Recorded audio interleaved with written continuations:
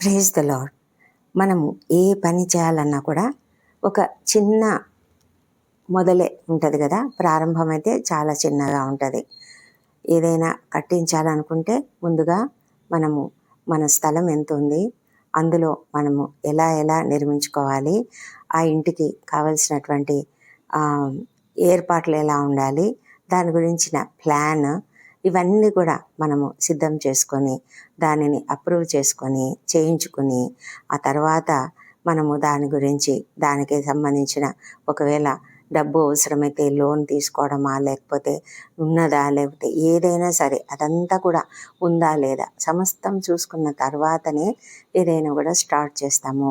మొదలుగా పునాదితో మొదలవుతుంది, ఆ తర్వాతనే గోడలు మెల్లమెల్లగా స్టార్ట్ అవుతాయి. ఇదంతా ఒక క్రమం ప్రకారం క్రమ పద్ధతిలో జరుగుతుంది. ఒక్కసారే ఇల్లంతా నిర్మించబడుతుందా? లేదు కదా.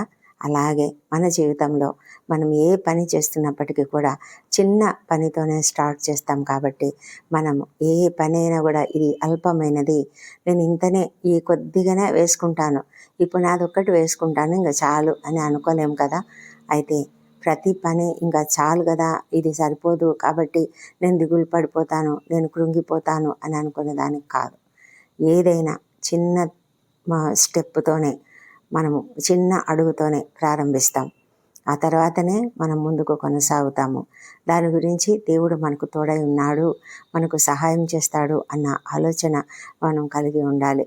మరి జకర్యా గ్రంథంలో ఆ మాటలే చెప్తూ దేవుడు వాళ్ళను ప్రోత్సహిస్తూ ఉన్నాడు. వారు కూడా అనుకుంటున్నారు ఇది చాలా, అంటే సొలొమోను మందిరము ఎంతో గొప్పది, ఎంతో మహిమకరంగా ఉండింది, అది లేదు ఇప్పుడు తిరిగి నిర్మించబడేది ఏమాత్రపుది అని అందరూ కూడా ఒక విధమైన ఆలోచన కృంగుదలతో కూడి ఉన్నారు. కానీ దేవునికి తెలుసు అది ఎంత మహిమకరంగా ఉండబోతుంది.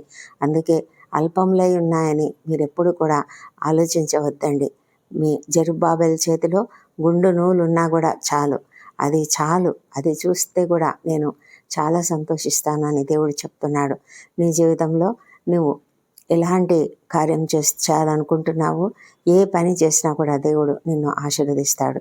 అంతేకాదు దేవుని గురించి పరిచర్య చేస్తూ ఉన్నట్లయితే చిన్న పనితో ప్రారంభించినా కూడా ఆ ప్రారంభంని దేవుడు తప్పకుండా ఆశీర్వదించి బహు గొప్పగా అభివృద్ధి చేస్తాడు. కాబట్టి మనం దిగులు పడకుండా చిన్న పనైనా సరే తప్పక చేద్దాం. దేవుని పరిచర్య ఏదైనా అది పరిచర్యే. ఒక ప్రవక్తకు గిన్నెడు చన్నీళ్ళు ఇచ్చినా అది కూడా పరిచర్యే కదా. దేవుడు మనల్ని దీవించును గాక.